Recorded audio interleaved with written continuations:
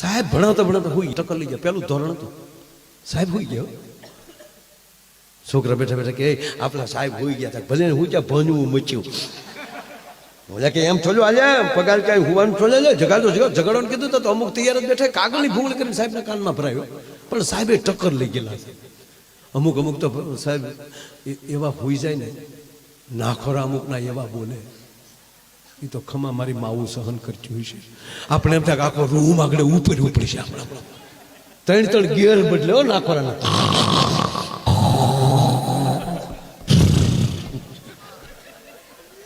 ત્રણ ગિયર બદલતા.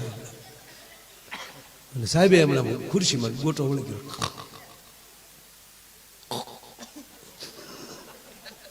અને છોકરા હળુક દે કાનમાં ઓલી ભૂંગ લઈ સાહેબ.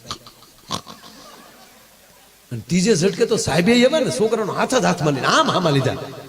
સાહેબ ની મજાક કરો છો? મજાક કાંઈ નહોતા કરતા. જગાડ ચાચા. કોને જગાડ? તમને.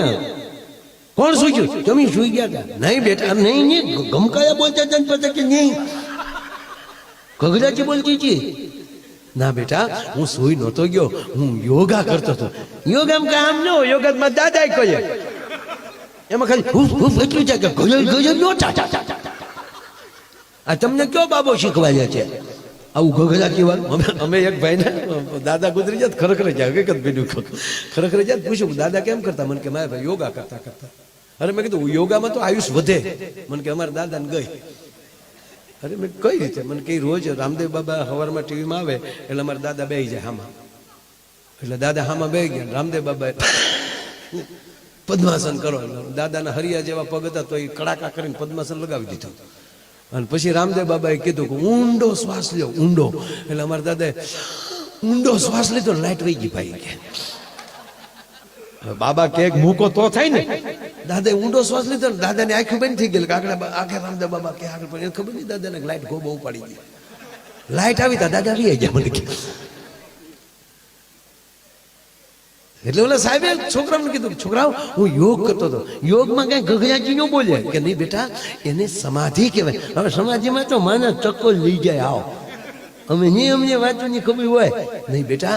આને આને અને એને એવી રીતની સમાધિ કહેવામાં આવે બેટા અમારી આત્મા નીકળી જાય, શરીર અહીંયા પડ્યું રહે.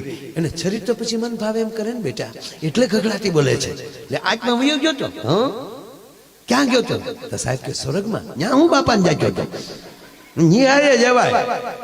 સોયોગમાં હું જાય કે બેટા તમારા માટે નવો અભ્યાસક્રમ લેવા ગયો હતો. ત્યાં તો છોકરા રાજી થઈ ગયા. ક્યાં વાત હે, આપણા સાહેબ યોગમાં સમાધિમાં વયા જાય, સમાધિમાં આત્મા સ્વર્ગમાં ન્યાલી અભ્યાસક્રમ લાવે છે. ક્યાં વાત હે. પણ એક છોકરો બેઠો હતો શાબાશ સાહેબ શાબાશ. 15 દિવસ પછી છોકરો હોઈ ગયો. અને સાહેબે ઠપાટ મારી ભણવા આવો કે હુવા?